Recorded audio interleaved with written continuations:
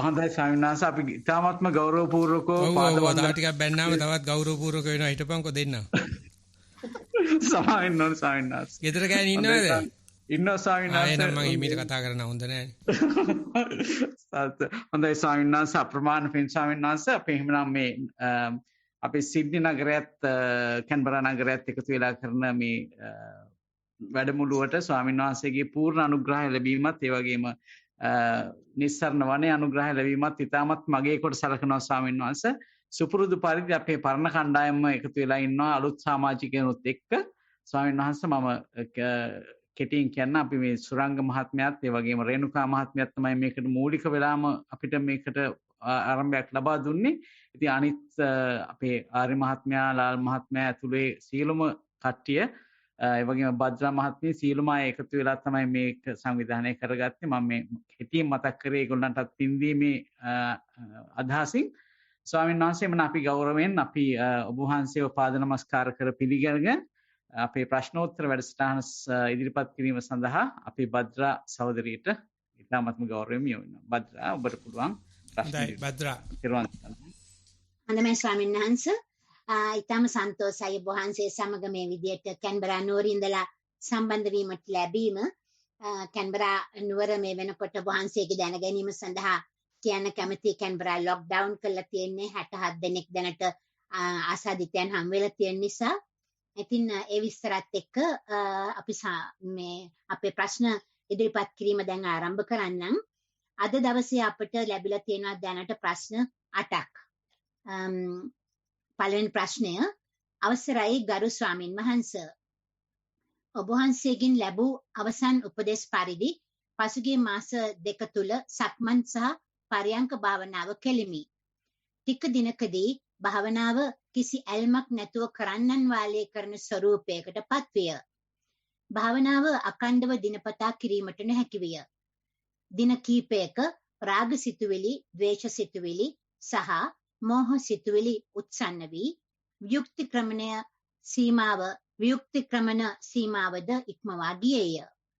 එහෙත් වීරිය උත්සාහය අත නොහැර හැකි සෑම විටකම සක්මන් සහ පරයන්ක භාවනාව කෙලිමි. රාග, ද්වේෂ, මෝහ සිතුවිලි ඇති විටදීත් නැති වීතදීත් සිහිය පිහිටුවෙමි. හටගෙන ක්‍රියාත්මක වී නිරුද්ධ වී දුකට පත්වන ස්වභාවයන් නිරීක්ෂණය කළෙමි. දැන් පෙරට වඩා රාග, ද්වේෂ, මෝහ සිතුවිලි පැමිණෙන ස්වභාවය අඩු බව සහ පැමිණියත් ඒවා ක්‍රියාත්මක වන ස්වභාවය අඩු බව නිරීක්ෂණය වේ. ඊයේ දින භාවනා අත්දැකීම් වැඩිදුර උපදෙස් සඳහා පහත සඳහන් පරිදි ඉදිරිපත් කරමි. සක්මන් භාවනාව. වම් පාදය පොළවේ විලුඹ වදින විට විලුඹ තද ගතියෙන් වදින බව දැනුණු අතර ඉන්පසු ක්‍රමයෙන් යටිපතුලේ ඉදිරි ප්‍රදේශ පොළවේ ඊට වඩා අඩු පීඩනයකින් වදින බව දැනින. ඉන්පසු දකුණු පාදයේ ඉදිරි කොටස පොළවේ තද ගතියෙන් වදින බව දැනුණු අතර අවසානයේ ඇඟිලි තුඩු පොළවේ වදින බව දැනින. ඒ සමගම වම් පාදයේ විලුඹ තද ගතියෙන් පොළවේ වදින බව දැනුනි. මෙලෙස යටිපතුලේ ස්පර්ශයන් දැනීම මත සිහිය පිටුවා සක්මන් කෙලිමි. වරින් වර සිත වෙනත් කල්පනාවන් වෙත යොමු වූ අතර ඒවා අවසන් වූ විට නැවතත් පාදයේ ස්පර්ශය වෙත සිත පිහිටු වුණි. සක්මන් අතරතුරදී බිරිඳ ඔබ වහන්සේගේ ධර්ම දේශනාවක් ජංගම දුරකථනයෙන් ශ්‍රවණය කළ අතර එයටද සවන් දෙන අතරේ පාදයේ ස්පර්ශය වෙත සිත පිහිටුවා සක්මන් කිරීමට හැකිවිය. ධර්ම දේශනාව ඒ මොහොතේ ඇසෙන විට වැටහුණු අතර සක්මන අවසානයේදී කිසිවක් මතක නොතිබින. පරයන්ක භාවනාව. සක්මන් භාවනාවේ ඇති වූ සතිය අත නොහැරම පරයන්කයට වාඩි වුනිමි. ශරීරය පොළවේ ස්පර්ශ වන විට දැනුණු තද ගතියත් උඩුකය ඍජුව පවතින බවත් නෝනින් මෙනෙහි කර ආශ්වාස ප්‍රශ්වාසයට සිත යොමු කෙලිමි. ආශ්වාසයේ ඉතසියුම්ව නාසිකාග්‍රේ කෙළවර ගැටෙනසේ දැනුණු අතර එය පපුව පිම්බෙන්නාසේද දැනින.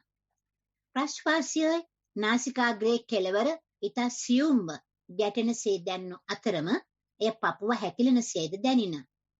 මෙසේ ආශ්වාස ප්‍රශ්වාස ක්‍රියාවලිය වෙත සතිය පවත්වන විට කය පිළිබඳ දැනීම නැති වී උඩුකය පසුපසට ක්‍රමානුකූලව වැටින. එම වැටීම නැවැත්වීමට උත්සාහයක් නොගෙන ඒ ක්‍රියාවලියේ වෙත සිත පිහිට වූ විට හිස පසුපස දොරේ වදින වේදනාව දැනින. නැවතත් එම ඉරියව්වේ සිටම ආශ්වාස ප්‍රශ්වාසයට සිත යොමු විය. මද වේලාවක් එසේ සිට උත්සාහයක් ගෙන උඩුකය කෙලින් කොට ආශ්වාස ප්‍රශ්වාසයට නැවතත් සිත යොමු කෙලිමි. මද වේලාවකින් ආශ්වාස ප්‍රශ්වාස පිළිබඳ දැනීම නැති වූ අතර ඒ පිළිබඳ සිහිය පැවතුන. මෙසේ සිහිය පවත්වන විට නැවතත් ඊතා වේගයෙන් ආශ්වාස ප්‍රශ්වාස හටගත් අතර මද වේලාවකින් එය සංසුන් වී සියුම් විය. එක විටම දීර්ඝ ප්‍රශ්වාසයක් ඇතිවුණු අතර නැවතත් ආශ්වාසය කිරීමට තිබූ අවශ්‍යතාවය නැති වින. නැවතත් ආශ්වාස නොකළහොත් මිය යන බවට දැනීමක් තිබූ බවත් මරණ බියක් නොතිබින. මද වේලාවකින් නැවතත් ආශ්වාසය පටන් ගැනින. ඉන්පසු නැවතත් ආශ්වාස ප්‍රශ්වාස කෙරේ සිහිය පැවැත්වූ අතර ආශ්වාස ප්‍රශ්වාස නොදැනෙන තත්ත්වයට පත්විය. මේ සියල්ල නිරුත්සාහයෙන් සිදු අතර කය ඍජු කිරීම පමණක් උත්සාහපූර්වකව සිදුවිය. කයේ වේදනාවන් ඉතා අල්ප මට්ටමකින් සිත යොමු කළ විට පමණක් දැනින. මෙතෙක් භාවනාව කිසිදු බලාපොරොත්තුවකින් තොරව ආශ්වාස ප්‍රශ්වාස නිරීක්ෂණය කිරීම මත පදනම්ව සිදු කළ අතර භාවනාවේ නිවැරදි කිරීමට තිබේ නම් ඔබ වහන්සේගේ নমස්කාර පූර්වකව වැඩිදුර උපදෙස් බලාපොරොත්තු වෙමි. වාර්තාව අවසානය. ඔබ වහන්සේට නිරෝගී සම්පන්නිය සහ දීර්ඝායුෂ ලැබේවා. සමස්තයක් වශයෙන් භාවනාව පිට කෙනෙක් බලලා ලියනා වගේ ලියන්න පුළුවන් හැකියාවක් පේන්න තියෙනවා. ඒ නිසා තමන් කරන කියන දේ ඒ විදිහටම වාර්තා වීමේ ප්‍රතිශතය වැඩි වෙයි එන්නේ. එතකොට තේරෙයි ඔය නිශ්ශබ්දව විවේකීව ඉන්නකොට ආයසරයක් අරමුණක් මතුවෙනවා. ඒ වගේ හුස්ම නැති වෙලා යනකොට ආයත් හුස්මක් මතුවෙනවා. සමහරට නැවත හුස්ම මතුවෙන්නේ නැත්තම් මැරෙයි කියලා කතාවක් ලියලා තියෙනවා. ඒ වගේ තමයි අපි හිතනවා මේ නිවන් දකින්නවා කියන්නේ මැරෙනවයි කියන එක වගේ කියලා. හිස් තැනක් එනකොට අපිට බයක් එනවා. මොනවාරි අපිට තියෙන්න ඕනේ. ඒ ආස්තික ප්‍රඥප්තියට ඇලිලා ගත කරන ජීවිතය තමයි ඉන්ද්‍රිය බද්ධ ඥානය කියලා කියන්නේ. නමුත් භාවනාවේදී ගොඩාක් අවස්ථාව දෙනවා. ඒ තියෙන දේ ක්‍රමයෙන් ගෙවිලා යන්න. ඒක බාධා වෙන එකම දේ තමයි බය. බුදුජානනාංශයේ බය කියන්නේ කෙලෙස් වලට. ඒ නිසා අපි මේ කමඨාන් සුද්ධ වෙන්න ඊට වැඩිය අද ටිකක් තව බයට යනවා. ටිකක් තව දන්නේ නැති දෙයට යනවා. ටිකක් තව ගෙවෙන දෙයට යනවා. ඔය තමයි නිරුද්ධ වෙනවයි කියලා කියන්නේ. ඉතින් ඒකට අනේ හුස්මක් එනවා නම් හොඳයි, අනේ සද්දයක් එනවා හොඳයි, අනේ මොනවාරි අරමුණක් එනවා හොඳයි කියලා යටි හිතෙන් තියෙන මේ කඩප්පුලි ගතිය නිකන් බුදුජානනාංශ උපමාට පෙන්වන්නේ සොරසමියෙක් බලාපොරොත්තු වෙන්නා වූ ස්ත්‍රියව ගේ ඇතුලේ ඉඳගෙන දොරේ එළිය පැත්තේ කවුරු හරි තමන්ගේ ස්වාම පුරුෂයා වැඩට ගියාට පස්සේ එළිය මොකක් හරි හොල්මනක් තියනවාද කියලා දොරේ පැලිරි අස්සෙන් බලන් ඉන්නවලු. කවුරු හරි දැන් ගෙදෙට එයි කියලා. ආන්නේ වගේ අපේ හිත හැම වෙලාවෙම ආස්තික දෙයකට ඇති දෙයකට මම වෙමි කියන එකට I am කියන එකට උත්සාහ කරනවා. ඒ හරි අහිංසක ප්‍රයත්නයක් එතන ගන්නේ කඩප්පුලි ප්‍රයත්නයක්. ඒක දිහා බලාන ඉන්න යෝගාවචරයා නම් එයාට තේරෙනවා බුදුහාමුදුරුවෝ සත්‍ය නම් නොපෙනී යෑම යයි. මාර්යා සත්‍ය නම් ඒ වෙලාවට ගංගේ ගහන යන මිනිහට පිටුරු ගහක් හම්බුනා වගේ මොකක් හරි හුස්මක් එයි මොකක් හරි එයි.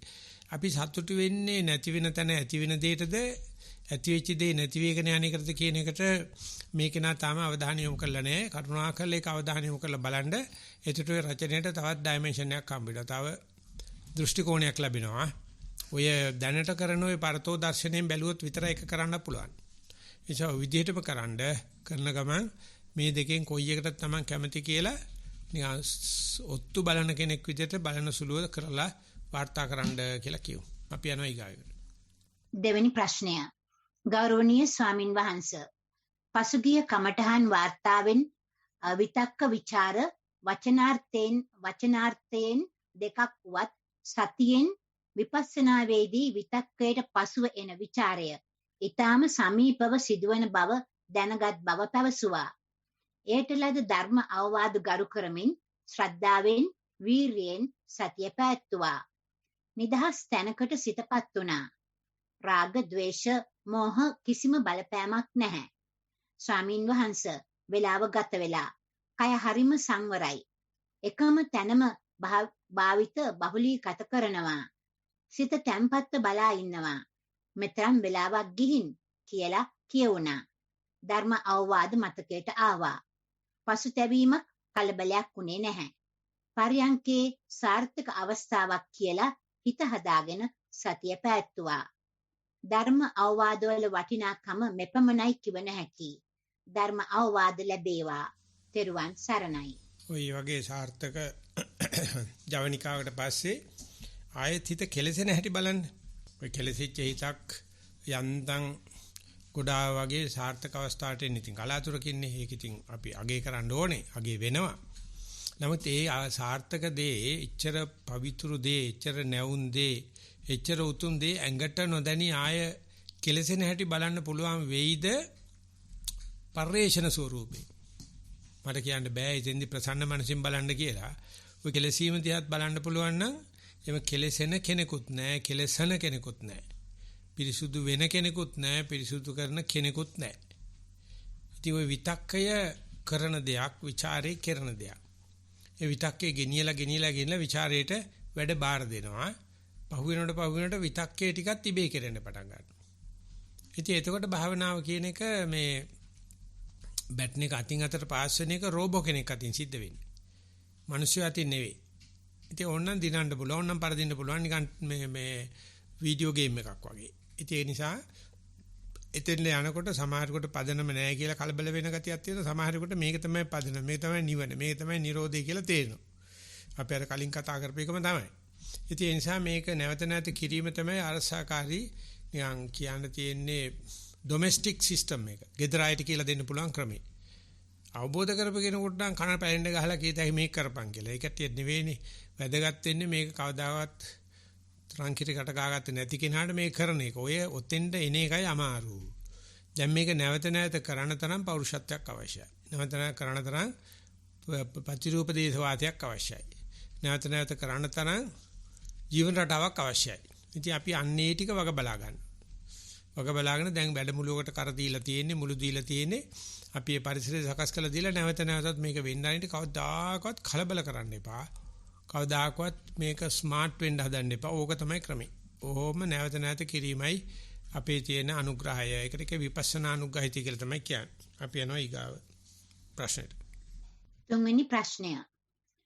Dear most respected Bhante, during sitting practice, after the breath settles, I begin to observe the thoughts running around. One of the most prominent thoughts is how similar my father and my husband is. They are not related in any way. Their only connection is me. I have tried to understand this in terms of cause and effect. What I think is that I am supposed to endure this similar behavior from external parties throughout my life due to the conditions being right, and therefore pre and post marriage they come in the form of father and husband. හේතුඵල ධර්මතාවයට අනුව තාම ගෙවිලා ඉවර නෑ. Is this correct? Appreciate if an answer could be supplied in Sinhala. Much merit for your guidance and advice. With all my respect. If your husband also can see you as his mother, that is the success of the marriage life. He is searching his mother through the wife. So he has already figured it out, because his most lovable thing is the mother.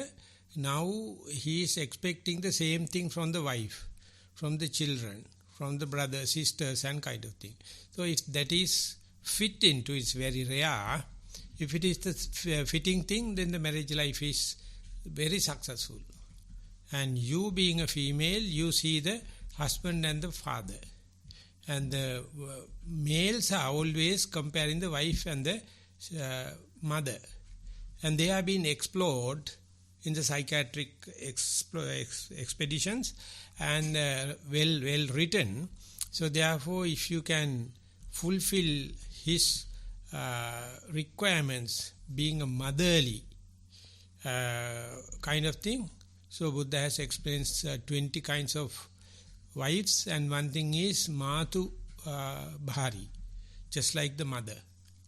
So that is the way. Then it is not only sex, it's a kind of a wish fulfillment. So it may be a game also, but I think within our capacity. So therefore, we must understand when we are expecting a boss, or when we are expecting a servant, when we are giving a subordinates, all kind of things are well designed and well planned and premeditated. So now you found one relationship. I am going to give you another perspective. If you and his mother, husband's mother, that means his father's wife and husband's mother, if they appear similar psychologically, utterly you are doing a great job as a wife. So being a meditator, being neuroplasticity, adjustability, I think you can have a good challenge. And I hope that's the best gift you can give it to the husband, as well as giving Dhamma to him in that way will be much successful. So that's all my remark. Otherwise you have to understand more and more revelation will happen as you keep on continue and do the best for the world, and then only you can have your own solitude. That's the rule of thumb. We are moving. Bhadra. ඊළඟ ප්‍රශ්නය තෙරුවන් සරණයි. After settling in walking, observe that right leg movement is different from the left, like it is bending more. Observe this for a couple of turns, then observe the difference disappear. The touch of the two legs seems identical. Walking becomes smoother and effortless. Along with this, observe the concentration on walking stabilizing and unwavering. Both the physical activity of walking and observing it easier. Walked a couple of turns like this. I knew that this stable status would disappear at a point and wanted to watch that. So walked to see it fade away. So slowly, the right leg bending movement coming back. Walked a couple of turns with that sensation. I somehow felt happy and content at the end of walking. Thank you. Appreciate it if you can send a link to the answer. Regards, Maitri. So when you are contented and happy after walking, you must know the art how to bring that same contentment and the happiness to the sitting, and that is the way after you warm up in the warming up session, you must go to the event. Warming up is not just for the sake of warming up. So go to the sitting with that kind of a contented idea and see how much you can bring that already earned contentment and everything into the sitting, and see how much it is helpful for your establishment of the mindfulness. We are moving. ඊළඟ ප්‍රශ්නය. Highly appreciate Venerable Swamin Wahanse's guidance in Sinhala language. I don't have Sinhala font to type. Walking practice from 7 a.m. to 8 a.m. I'm not quite familiar with walking practice. First, I kept my hands back of the body and turned face to floor about 1 meter away from my toes and started walking practice inside the house. It took a little while for me to concentrate my mind for the touching sensation of foot. Bit later, I felt touching sensation of toes and heel of the left and right feet, but mostly about 95%. My mind distracted due to different reasons. I heard noises and my mind blown away to past and future. Then suddenly, I felt big pain on my left hand from neck to collarbone because of my posture of hands. Then I kept my hand on side of me and felt very unusual like a puppet. Then I kept again back. I am glad I could continue until end of the first hour. From 9:30 to 10:30 a.m. I watched a walk-in practice video done by Sati Pasala during an interval and could correct my posture of hands. I walked outside wearing very thick socks because here is very cold. I could walk without having any pains throughout the hour, but my concentration towards the foot was again about 5% of whole the time. My mind blown away because of birds, noises, and towards past and future. I would be great if Venerable Bhante will guide me how to improve my mindfulness during walking practice. Sitting practice from 8 a.m. to 9 a.m. After first hour walking practice, I straight away sat on a cushion for a sitting practice. I am quite familiar with this and my kamatahan was rising and falling of abdomen. Within 5 minutes, I could settle my mind and I felt very relaxed and comfortable.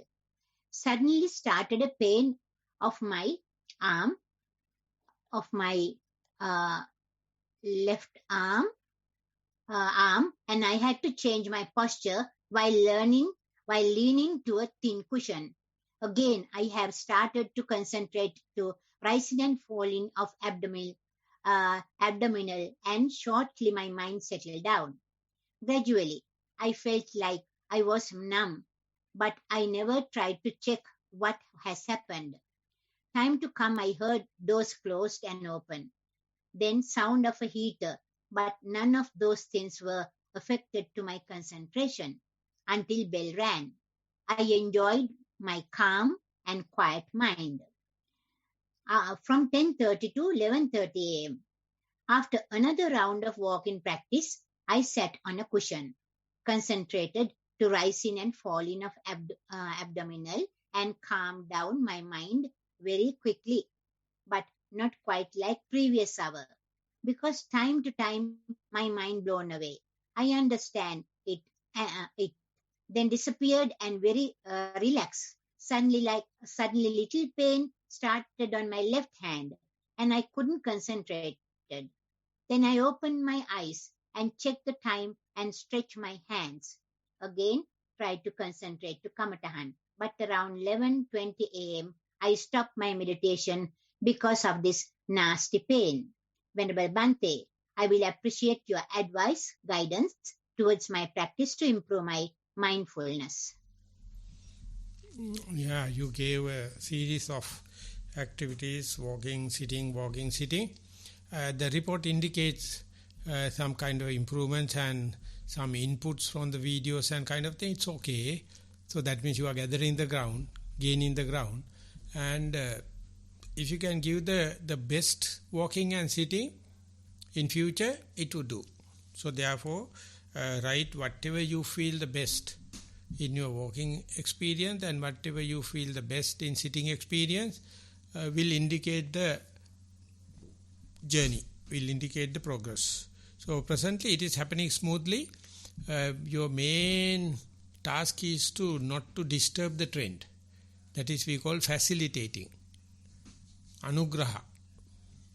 So do the necessary facilitating and continue please. ඊළඟ ප්‍රශ්නය. හිමිදිරි පාන්දර සක්මන ආරම්භ කළා. ඒ ගියෙත් පුරුදු තාර පාර දිගේමයි. පරිසරය හරිම නිහඬයි. මා එහා මෙහා කීප වතාවක්ම උඩ පහළ ඇවිද්දා. පුරුදු තද බවම යටිපතුලට දැනෙන්නට වුණා. පය ඔසවන තබන ආකාරය පිළිබඳව සතියෙන් සක්මන කරගෙන ගියා. වම් පාදය ගල්වල ගැටීම් වලින් මගහරවා ගැනීමට සෙරෙප්පුවක් භාවිතා කළා. සිතේ විසිර යාමක් නැහැ. දිගටම සක්මන කළා.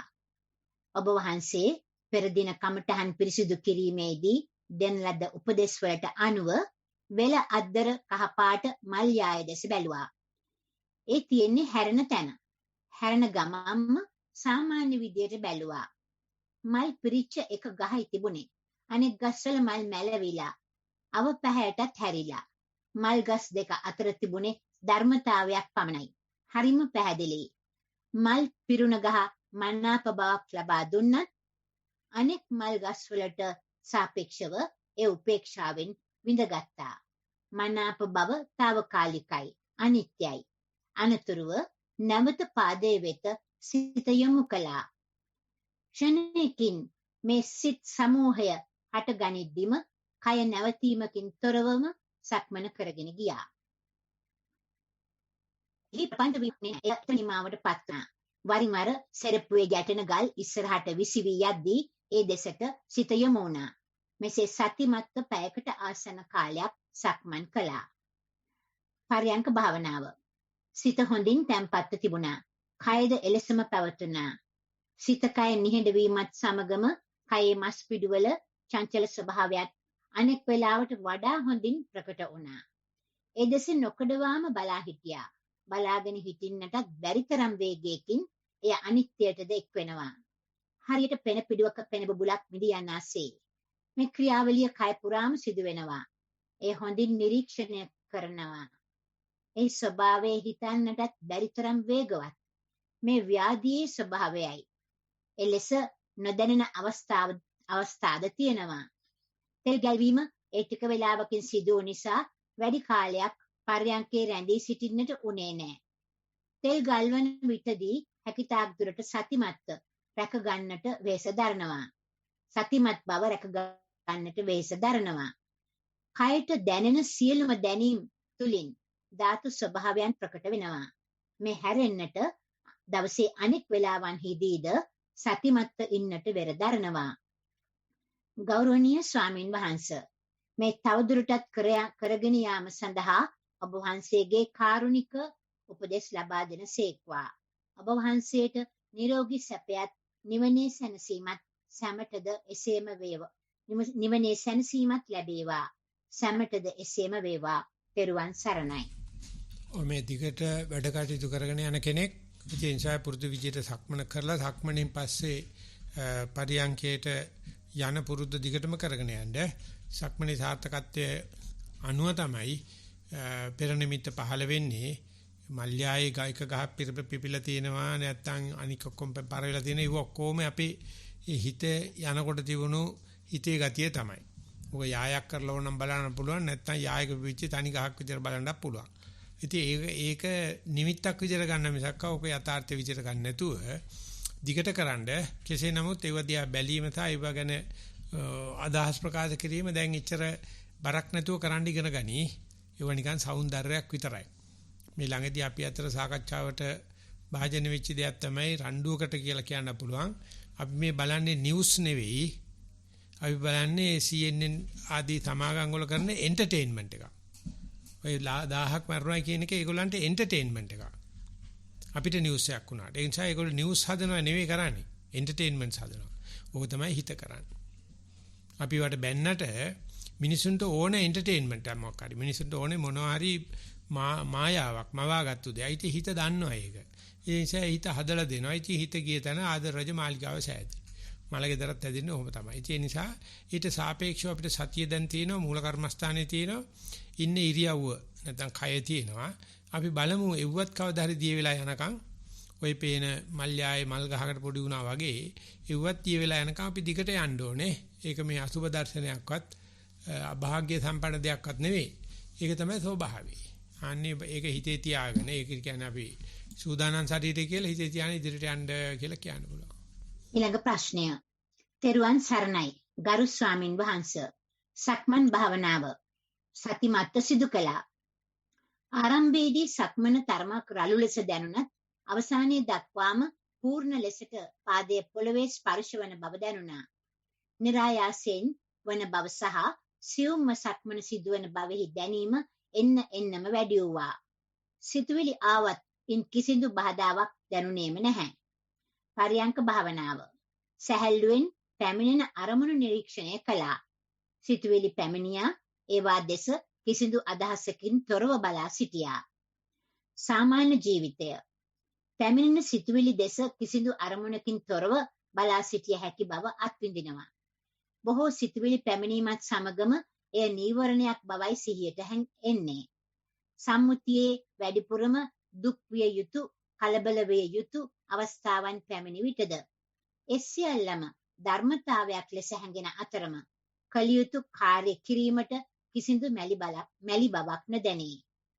සම්මුතියේ සිටියත් සිටින්නේ වෙන තැනක මෙන් ඒ අවශ්‍ය දේ කළ ක්ෂණයකින්ම එම බැඳීම් වලින් මිදෙනවා. වැඩි කතා කිරීමට, ලිවීමට අකමැති නමුදු ඒවා සිදු කිරීමට වුවහොත් ඊට කිසිදු අකමැත්තක් දැනෙන්නේ නැහැ. දුරකථනයෙන් කවුරුන් හෝ කතා කරන විට මුලදී එම කෙනාව හඳුනාගත් නමුත් පසුවේ කවුද කියාවත් හැඟීමක් නැහැ. නමුත් සාකච්ඡාවෙහි වෙනසක් නැහැ. ස්වභාව ධර්මයෙන් අවශ්‍ය උපකාර සිදු කරන බව හොඳින්ම දැනනවා. ගරු ස්වාමින් වහන්සේ සුදුසු උපදෙසක් දෙනෙමින් ඉල්ලමි. තෙරුවන් සරණයි. ඉතින් ඔය ලකුණු ටික තමයි සාමාන්‍යයෙන් භාවනාදී හම්බෙන මැනේජ්මන්ට් ට්‍රේනින් එක. අපිට සිටුේෂන් එක දිහා බලන්න පුළුවන් ගැලී ගන්න නැතුව. මොන සින්දුවක් ගත්තත් අපිට අලුත් කරන්න පුළුවන්, නැවත සලකා බලන්න පුළුවන්. ඒ නිසා දේවල් එනවා යනවා. එකක්වත් ලොකු නැහැ. එකක්වත් පොඩිත් නැහැ. ඔකට අපි විපස්සනා කියලා කියනවා. ඔය ලොකු කරලා පොඩි කරලා පෙන්වන එක තමයි අපි සාමාන්‍යයෙන් මේ හුරතල් භාෂාව නැත්තම් ලෝක සම්මුතිය කියලා කියන්නේ. ඒ නිසා ඒ தත්ත්වේ බහුලීගත කරන්න වැඩියෙන් චක්‍ර කරකැවෙන්න වෙන දෙයට කියන්නේ getting a distance from the phenomena කියලා. ඒ සිද්ධියෙන් දුරස්ත වෙන කියන්නේ කම්මැලි වෙලා මේ එපා වෙලා නෙවෙයි. අපි හරි vigilant, අපි හරි diligent. හැබැයි මේ සිද්ධ වෙන ප්‍රදේශය ගොඩාක් සාමාන්‍යකරණ වෙනකොට හිතේ විශාල ස්පේස් එකක් එනවා. හිතේ විශාල ඉඩක් එනවා. ඉස්සර වගේ හිර වෙලා, පිරිලා, තද වෙලා, ආතතිගත වෙලා දරා ගන්න බැරි නෙවෙකට හෙඩ් ස්පේස් කියලා කියනවා, මයින්ඩ් ස්පේස් කියලා කියනවා. ඉතින් ඒ තුල තමයි ඔය අලුත් නවමාවත් හොයන්නේ යන්නේ. ඒ නිසා හැමදාම සිදුවෙන දේ අමාරිසයියගේ පුංචි කරලා බලන කණ්ණාඩියට දාන්න. දාලා කිඹුලා වුණත් හුණෙක් වගේ බලන්න. ඒකල ගිනි පෙට්ටියකට දාගන්න. මොකක් කිඹුලෙක් කියලා මැරෙන්න නටන්න යනවා ගියොත් අපිට මොකුත් කරන්න හම්බෙන්නේ නැහැ. පුංචි කිරීමේ කටයුත්තට අපි ඊයේ අරගත්ත ගුහට්ට සූත්‍රයේදී පුත්‍රජානංශය සඳහන් කරනවා ලෝකේ සිදුවෙන හැමදේම අව탁සිරු කරන්න කියලා. කිසිම දෙයක් අදි탁සිරුවට දාන්න එපා. අව탁සිරු කියන එකත් වැරදි වැඩක් තමයි. නමුත් ඒක පුත්‍රජානංශය කියනවා කරන්න කියලා. එතකොට අපිට ඔළුවේ ඉඩ ඉතුරු වෙනවා. ඉතින් බලන්න ඕම කරගෙන යනකොට අපි ගොඩක් වැඩ කරනවා තමයි, එපා කරන දේවල් කතා කරනවා තමයි, එපා තැන් වලට යනවා තමයි. ඒ වුණාට අපි යන්නේ ලොකු ඉඩක් තියාගෙන. ඕක නොබෝ කලකින් අනික් අයට තීරණ පටන් ගන්න මේ මාසෙක ඔළුව හිස් කියලා.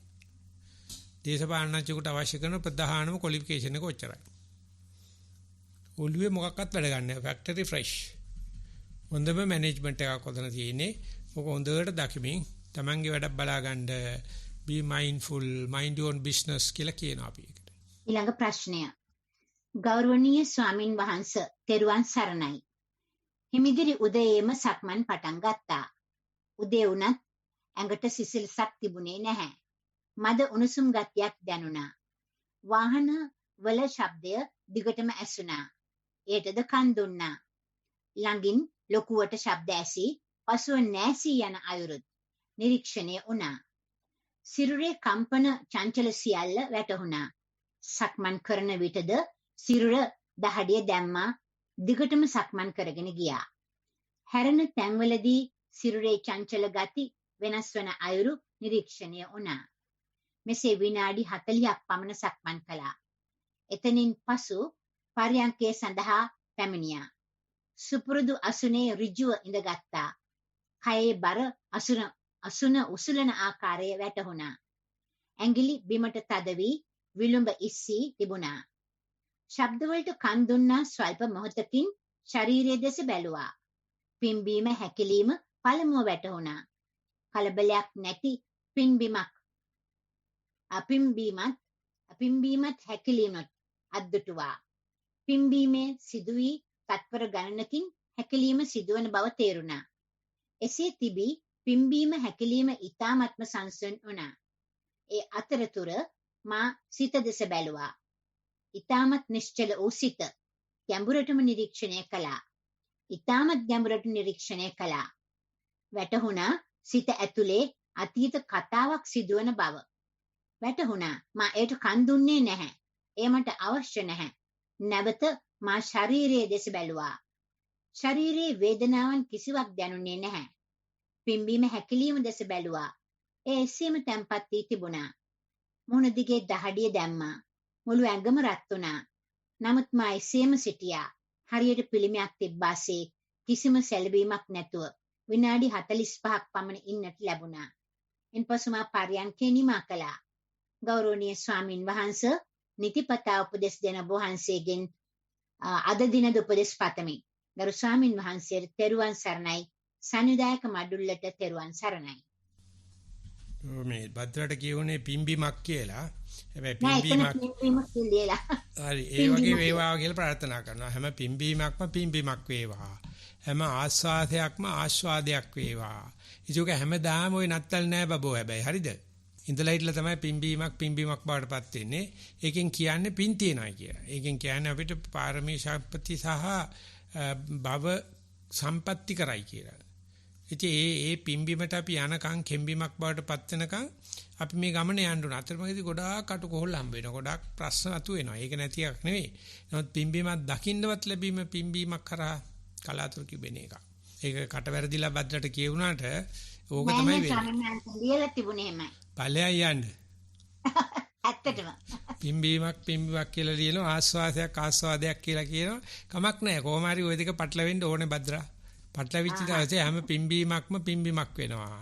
ඉතින් ඒක හැමදාම නත්තල් නෑ. ඉතින් මේ හම්බෙච්ච දේ දැකගෙන ඔක බහුලීගත කරනකොට පිම්බීමක හැප්පෙන ගතිය වැඩි වෙනවා. පිම්බීමත් තුළ පිම්බීමක් දකින්න ගතිය වැඩි වෙනවා.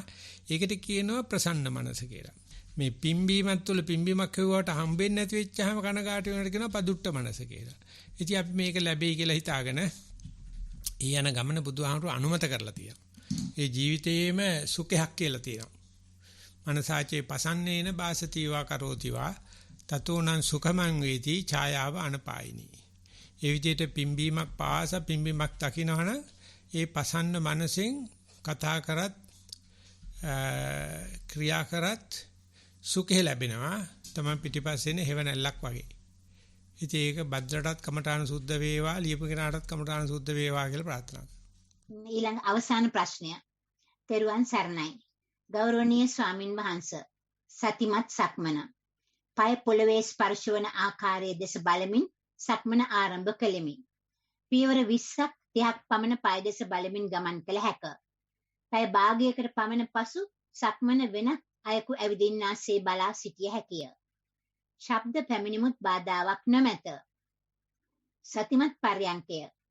මුලින්ම හුස්ම රැල්ලට සිත තබා සතිමත් පර්යංකය ආරම්භ කරමි. හුස්ම මුල සිට අගට දැනී හිස් තැනක් ඇති වී නැවත ඇති වී නැති වී යන ස්වභාවයක් බලාගත හැකිය. ටික වේලාවකින් ඊටාම සියුම්ව හුස්ම දැනේ. ශරීරයේද එවිට යන්තම් දැනේ. පය භාගයකට පමණ පසුව ශරීරයෙන් වේදනාවක් පැන නැගින. එම ප්‍රදේශය රත්වන්නට විය. ඒ දෙස බලා සිටිය විට එය තීව්‍ර වන නිසා වේදනාව නැති ප්‍රදේශය දෙසත් යන්තමින් දැනෙන හුස්ම රැල්ල දෙසත් බලා සිටියෙමි. එවිට වේදනාව තරමක් අඩු විය. මෙය බොහෝ පර්යංකවල අත්විඳිමි. ඉන්පසු මම පුටුවකට සතියෙන් ගොස් ඇහිඳ ගත්ෙමි. එවිට එම වේදනාව දුරු විය. ශරීරයේ යන්තම් දැනෙන ස්වභාවය දෙස බලමින් පර්යංකය අවසන් වන තුරුම සිටියෙමි. එවිට කිහිප විටකම බෙල්ල පහතට ඇලවී ඇති බවද දැනින. එවිට සෙමින් ශරීරයේ කෙලින් සකසා ගතිමි. බාහිර ශබ්ද ඇතිමුත් බාධාවක් නොමැත. භාවනාව ඉදිරියට කරගෙන යාමට ඔබ වහන්සේගෙන් උපදෙස් පතමි. තෙරුවන් සරණයි. ඔය භාවනාවට අතර බාධාවක් නැත්නම් ඒක ඉතින් පෙරකල පින කියලා හිතා ගන්න. ඒ නිසා මේ හැමදාම මේ தත්ත්ව ලැබෙන්නේ නැහැ. ඒ කාලසටහනක් දීලා තියෙන මේ රිට්‍රීට් එකේ ඒ හරියටම ඒකට එකඟ වෙන්න. එක වෙලා කරනකොට තමයි තීරය හරියට ඔඩ්ලෝසෝ වැඩ කරනවා වගේ කෝච්චි පිළිදයක් උඩ කෝච්චි හරියට යනවා වගේ නිකන් පුදුම මේ රජගමනක යන්න පටන් අර ගන්නවා. ඒක තමයි පෙරකල පින අපිට ලැබෙන වෙලාව ඒක හරියට නෑදෑ පිරිසක් අතරට ගියා වගේ. අපි ඒවට කියනවා පුබ්බේච කත පුඤ්ඤතා කියලා.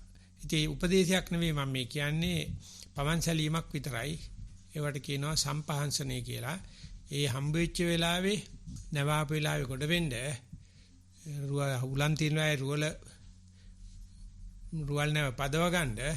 ඒක තමයි අපි කරන අනුග්‍රහය. ඒක සාමාන්‍ය භාවනා අනුග්‍රහයට වැඩිය පරිසරය සකස් කරලා අපි ඒකට කරන අනුග්‍රහයක්. ඉෂී කර ගන්නට ඥානෙ පහළ වේවා කියලා ප්‍රාර්ථනා කරනවා. එපමණයි ස්වාමීන් වහන්සේ ලැබිලා තියෙන ප්‍රශ්න නම් මේ විදියට